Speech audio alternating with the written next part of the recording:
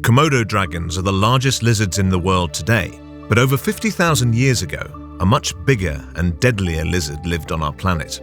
Megalania was a gigantic species of goanna, or monitor lizard, native to mainland Australia.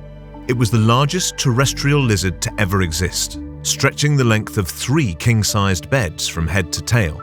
But Megalania wasn't just big. It was one of the most potent and dangerous carnivores since the fall of the dinosaurs, dominating the Australian continent for nearly 1.5 million years. Paleontologists have long imagined a large prehistoric goanna prowling across the Australian outback. However, it was not until the mid-19th century that their vision came to life. In 1859, Sir Richard Owen, an English biologist from the British Museum, was sent a curious set of bones from some colleagues in Australia. They were searching for fossils along the Condamine River when they discovered, among a pile of marsupial bones, 3 large vertebrae that did not belong. Upon closer inspection, Owen realized that those vertebrae belonged not to any mammal, but to a giant lizard. He named this mysterious carnivore Megalania, which remains its colloquial name today, though it was eventually reclassified as Varanus priscus.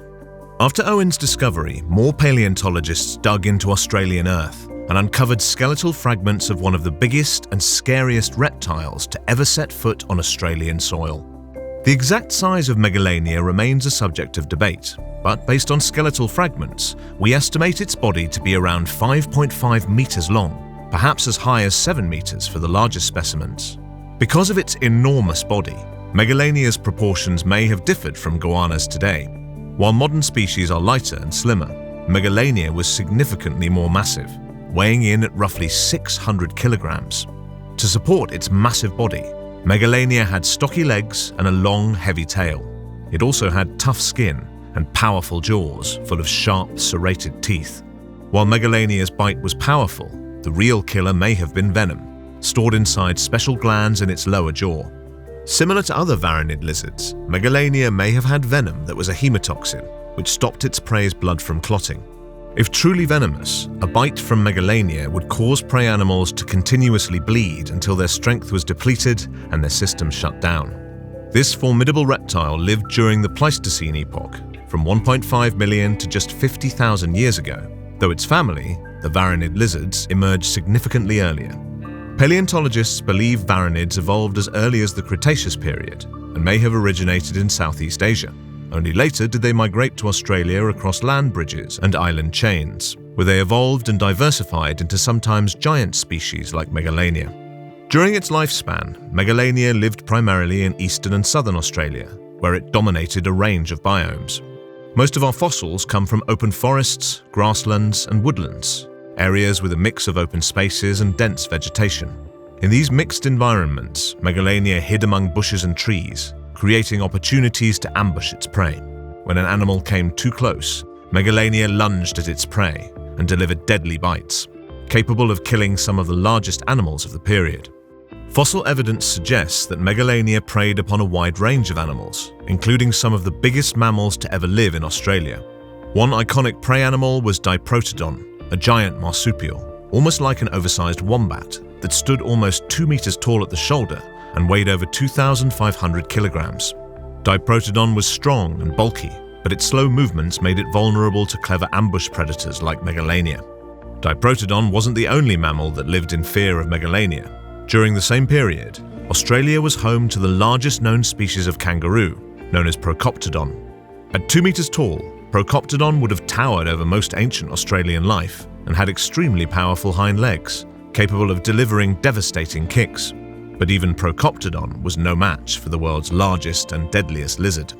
While Megalania was primarily a hunter, it was likely also an effective scavenger, feeding on the carcasses of large animals killed by other predators. Because of its tremendous size, Megalania may have bullied other predators, leveraging its strength to steal their dinner. After dragging the carcass away, Megalania used its wide jaw and powerful throat muscles to rapidly swallow big chunks of meat. Like other goannas, it was not only a fast eater, but an efficient one. It ate everything from meat to bones, organs, and tough skin. If food was particularly scarce, Megalania may have also stolen eggs from the nests of reptiles and large flightless birds. For an apex predator as large as Megalania, almost everything looked like food. Megalania had plenty of food sources in prehistoric Australia, but it wasn't the only large predator around. Paleontologists believe Megalania competed throughout the Pleistocene epoch with other kinds of carnivorous megafauna. One of its primary competitors was Thylacoleo, informally known as the marsupial lion. Thylacoleo was not related to modern cats, but it shared some features, like big, grasping claws and a powerful bite. Weighing up to 160 kilograms, these lion-sized carnivores mostly hid among dense vegetation, stalking their prey and then pouncing for the kill. Fossil evidence suggests that Thylacoleo preyed upon many of the same grazers and browsers as Megalania, such as Procoptodon. These two apex predators may have clashed over territory and food sources, perhaps occasionally fighting to the death. Megalania also faced competition from other large reptiles, specifically Quincana, a giant terrestrial crocodile. Quincana appeared on our planet in the late Oligocene epoch, about 25 million years ago, as an unusual descendant of ancient crocs. Unlike its modern relatives, which spend much of their lives underwater, Quincana was fully adapted to life on land. It had longer and more vertical legs than modern crocs, plus a more agile body. From head to tail, it ranged from 3 to 6 meters long, similar in size to today's saltwater crocodiles. Unsurprisingly, Quincana was one of the top predators of its day, with blade-like teeth designed for slicing through skin. It probably inhabited open forests and woodlands, hunting marsupials and other reptiles. Though we don't have direct fossil evidence of conflicts between Megalania and Quincana, these giant reptiles almost certainly crossed paths. In addition to other predators, Megalania likely sparred with members of its own kind. Assuming Megalania behaved like Komodo dragons today, adult males may have lived a solitary lifestyle. They could have roamed across large geographic ranges, driving out other predators that attempted to hunt or live on their land. If a rival male intruded on their territory, they were quick to assert their dominance. Conflicts between males probably led to violent territorial disputes. Megalania, like Komodo dragons, may have been immune to its own potential venom, but its sharp teeth and claws were still plenty deadly. However, its most dangerous competitors were not giant mammals or reptiles, but human beings.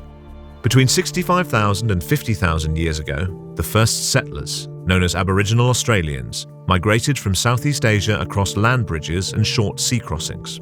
We don't know the exact routes they took, but they likely travelled across the Indonesian archipelago, landing on the north side of the Australian mainland. Paleontologists believe that Megalania survived long enough to encounter the first wave of Australian settlers.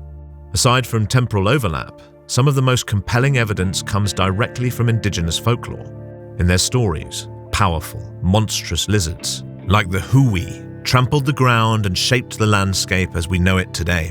It was said these monsters were so gigantic that they could devour entire tribes of people in a single meal. The Aboriginal Australians also referenced other giant reptilian predators, like the rainbow serpent, a creator deity that was probably inspired by real prehistoric snakes. There's no direct proof any of these monsters described actual animals in nature. Instead, these were mythical, exaggerated descriptions that probably helped early Australians conceptualize a strange new world. Regardless, these giant reptiles remain a fixture of indigenous mythology and played an important role in this ancient culture. In stories, Megalania terrorized early settlers, but in reality, humans may have driven the world's largest lizard to extinction. A single human hardly stood a chance against Megalania, but as humans spread across the continent, they dramatically influenced Australia's ecosystems. Indigenous land management practices, for example, involved burning large areas of vegetation to reduce or encourage growth.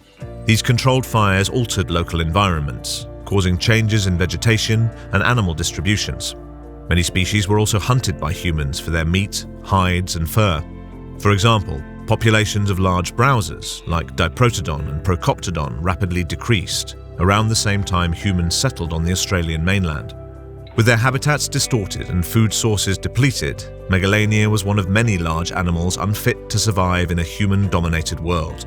Eventually, this large and deadly predator disappeared from the continent completely.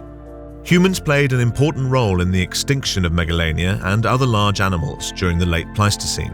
However, megafauna were already vulnerable due to significant shifts in the Earth's climate, including a big trend towards aridity. These changing conditions affected interior regions like the Australian outback, where many plant species died off and water became hard to find. The largest species, like Megalania, struggled during these times of scarcity, requiring more food and water than most animals. They also reproduced very slowly, making it difficult for the populations to bounce back when their habitats and food sources dwindled. Megalania did not live to see the modern world, but its legacy remains alive today. The study of this ancient creature provides us with key insights into one of the most dynamic and fascinating periods on our planet, when giant terrestrial mammals and reptiles lived side by side. However, much of what we know about history's largest lizard comes from limited fossil evidence. As new fossils and specimens come to light, we may discover that Megalania was even more extraordinary than we thought.